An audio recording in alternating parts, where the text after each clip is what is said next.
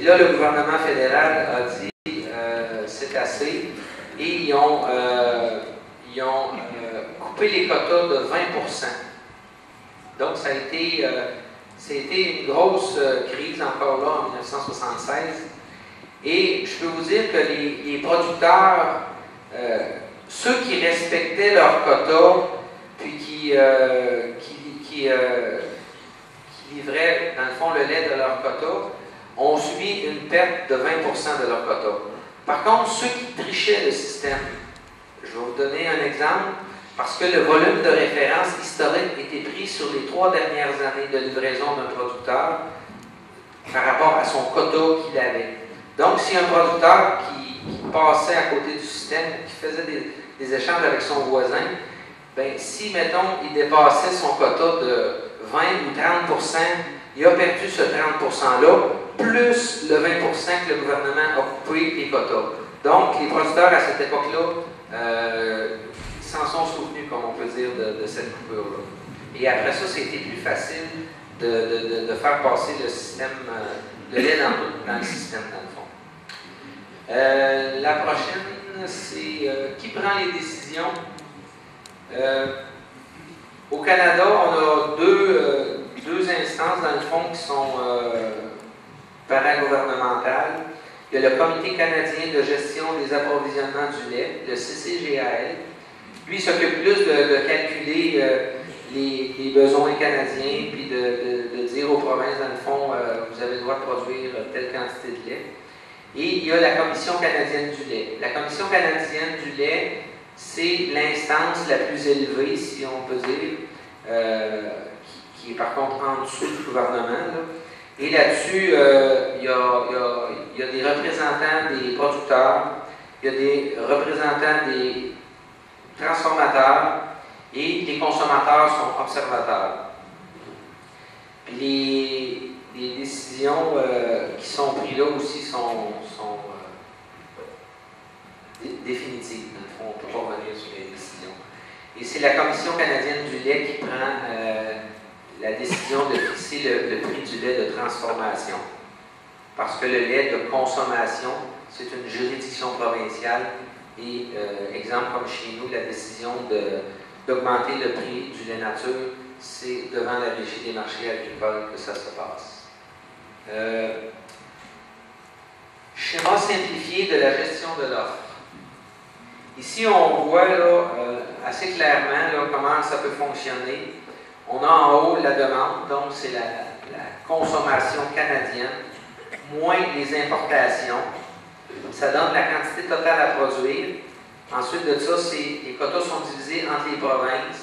Et les provinces, ensuite de ça, redivisent les quotas aux producteurs.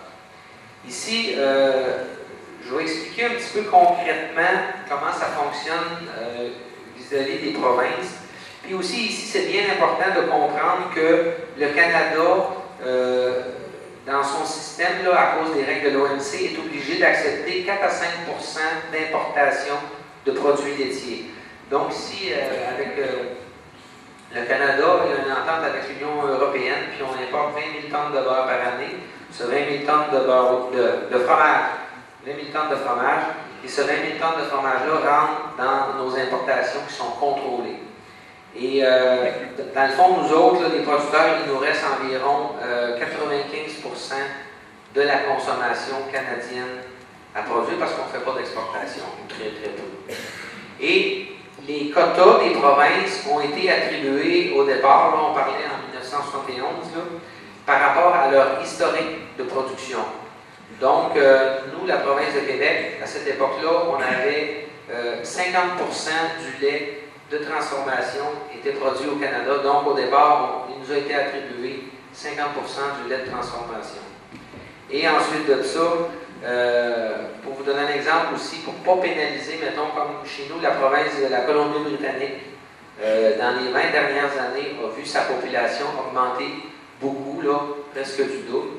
Et l'augmentation de consommation de chaque province demeure à la province. Donc, ces quotas-là s'additionnent à leur quota historique.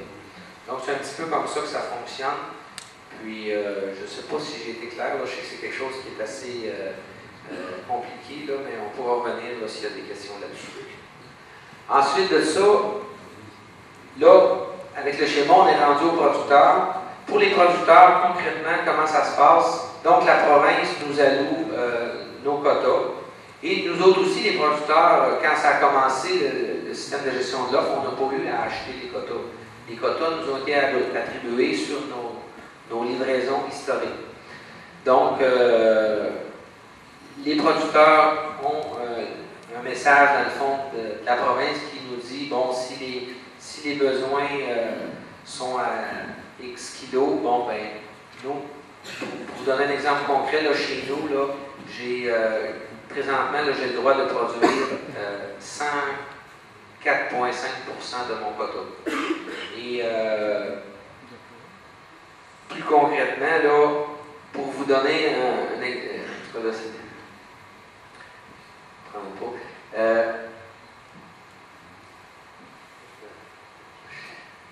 je vais vous laisser continuer, Gilles, j'ai eu un raté. Oui, pour finir cette diapo, après je vais vous parler avant de commencer l'autre, c'est que le litrage qui est attribué, il a parlé de 105%, mais c'est 105% du 95%. C'est pas parce qu'on est à 95%. Le 4% supplémentaire, c'est 4% de quotas non négociables que les producteurs ont, pour justement aider à la hausse et à la baisse.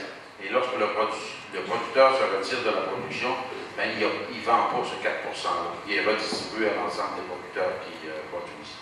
Et dans le schéma, là, vous voyez comment on peut ajuster notre production, parce que vous dites que c'est très rigide probablement. On a le droit de produire 10 jours d'avance et 30 jours de retard. Donc, ça nous donne 40 jours de flexibilité dans le mois, pas dans le mois sur l'année, c'est-à-dire pour pouvoir produire plus ou moins et ajuster. La plupart des fermes qui ont une gestion, je dirais, correcte, arrivent très très bien à l'intérieur de ça à faire. Vous voyez en haut, l'unité, c'est le kilo de matière grasse par jour. Ça représente à peu près une vache moyenne de 9000 kg, ça fait une vache. Donc, 1 kg de matière grasse par jour, nous, on calcule ça pour une bonne vache, par exemple. Le quota est flexible, un producteur peut, comme je l'ai dit, produire 10 ou 30. Avant de passer au prix au producteur, qui est l'autre acétate, d'abord, même si j'ai commencé, je vais quand même vous souhaiter une belle soirée. Et je voudrais vous dire, avant d'aller plus loin, que ce que je viens expliquer ce soir avec mon collègue Jean, je l'ai fait en 1994 dans cette région.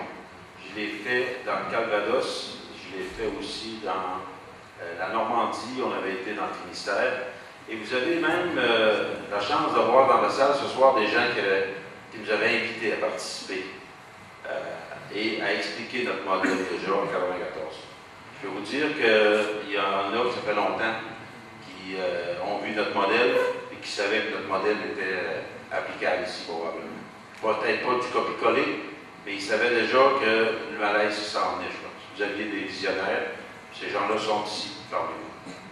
Le prix du lait au producteur, c'est un prix ciblé basé sur une enquête des coûts de production. Il y a 225 fermes laitières au Canada où on a fait une enquête des coûts de production et ces fermes-là changent à toutes les 2 années. C'est-à-dire que la moitié des fermes à 2 ans, on en prend d'autres fermes. L'enquête est faite objectivement parce qu'elle est faite par souvent l'université, on droit qu'on donne à l'université. Et c'est complètement fait par les étudiants ou les permanents de l'université pour s'assurer que le coût de production, qu'est-ce qu'il en coûte réellement.